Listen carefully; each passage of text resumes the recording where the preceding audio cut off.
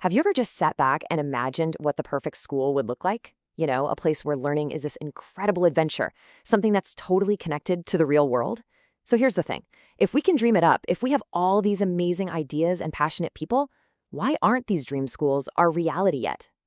Okay, just take a look at this. I mean, really soak it in. Kids are not just stuck at desks, they're out in nature, they're using technology in cool ways, they're learning together. This isn't some far-off sci-fi movie. This is a real vision for the future of school, and it was imagined by graduate students at Ono Academic College. It's pretty amazing, right? It makes you feel hopeful. And that really brings us right to the heart of the matter. We have the vision. We have amazing, dedicated educators. So what's the deal? What is stopping us from making this dream a reality for every kid in every single community? That gap, the one between the dream and the day-to-day, that's where the real work is. Well, the honest truth is trying to change any complex system it's incredibly hard, especially a school with all its different people and moving parts. It's not because we're short on good ideas. It's because the system itself has this powerful, almost invisible resistance, like a current that's always pulling things back to the way they've always been. Think about it for a second. For every person who's thrilled about a new idea, there's someone else who's genuinely worried about what we might lose in the process. You've got teachers, parents, students, administrators. Everybody has a stake in how things are done, and their fears and their needs, they're totally valid. If you just try to ignore them, well, that's a surefire recipe for failure. Now, this diagram here, it maps out that resistance perfectly. Think of it like this. First, you've got the treasure chest. That's the shiny prize, the clear benefit of making the change. Pulling us toward it is the crocodile, which represents the very real dangers of doing nothing, of just staying put. But working against all that, you have the mermaid, a symbol for how comfortable and seductive the old way of doing things can be. And finally, there's the stilt walker, representing the very real obstacles and risks that are in our way. If you really want to make progress, you have to get a handle on all four of these forces. So if it's all so complicated, where do you even start? Well, instead of trying to fix everything all at once, there's this really powerful way of thinking called the theory of constraints. And it tells us to focus on just one thing, the single biggest bottleneck that's holding the entire system back. This image just says it all, doesn't it? Imagine your school's progress is like water flowing through this pipe. You could spend a ton of time and money trying to make the whole pipe wider, but the theory says, don't bother, that's a waste. Your flow can only be as fast as your narrowest point. That's your constraint. Find that one spot, fix it, and the performance of the whole system gets better. And here's the roadmap, the 5-step plan for doing exactly that. First, you identify that one critical bottleneck. Then you exploit it, which just means you squeeze every last drop of improvement you can out of it using the resources you already have. Third, you subordinate everything else. That means every other part of the system is now focused on supporting that one fix. If that's still not enough, you elevate the constraint. You bring in more resources. And once that bottleneck is gone, you repeat the whole thing.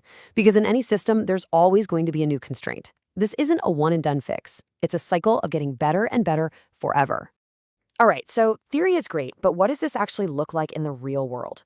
Let's break down a classic school conflict, one that was analyzed by those same students at Ono Academic College. We're going to see how they use these ideas to find a real breakthrough. Okay, here's the setup. On one side, you have the educators. They want to move to this awesome project-based learning model to build skills like creativity and critical thinking. And to do it right, they want to ditch traditional ABC grades. But on the other side, you got parents. And for them, grades and tests are the only clear way they have to know if their kid is actually learning what they need to. See the problem? Both sides want what's best for the students, but they're pulling in completely opposite directions. And this quote right here, it just hits the nail on the head. This isn't a situation where one side is right and the other is wrong. The teachers need the freedom to innovate. The parents need to feel confident that the system is working. The real conflict isn't about the ultimate goal. It's about the methods they each believe are absolutely necessary to get there. So to untangle this mess, the students used a really clever tool called the conflict cloud. It's designed for exactly these kinds of situations. Now, this isn't about finding a compromise where everybody gives a little and walks away kind of unhappy. No, the whole point is to map out the conflict so you can find a true win-win solution. It does that by forcing you to challenge the hidden beliefs that created the problem in the first place. And you know what they found when they mapped it all out? They found something really powerful. At the very top, there was one overarching goal, that both sides shared completely. Everyone, every single person in this conflict, desperately wanted the same thing: for the student to be successful and ready for the future. Just realizing you're on the same team, that's the first huge step toward a breakthrough. So what was the game-changing solution? Instead of fighting over innovation versus grades, they created something totally new: a digital dashboard. This is the kind of elegant, brilliant solution that pops up when you stop assuming you have to choose one side or the other. And here's why it is a true win-win. The educators, they get to do the innovative, project-based teaching they know is so important. The parents, they get something even better than a simple letter grade. They get detailed, real-time data that shows them exactly which skills their child is mastering. And the most important part? The students get to focus on actually learning, not just chasing a grade. The conflict just dissolves. So this brings us all the way back to the beginning. That amazing solution, the dashboard, it wasn't just a random clever idea. It was the result of a process, a repeatable process that we can use to turn that dream school from the first slide into a reality, one step at a time. The path to this incredible vision for learning, it's not about some giant overnight revolution. It's about the slow, steady, focused work of finding the next bottleneck, digging in to find a win-win solution, and then moving on to the next one. It's a marathon of constant improvement, not a sprint to a finish line. So as we wrap up, I want to leave you with this question. I want you to think about your own world, your job, your school, your community.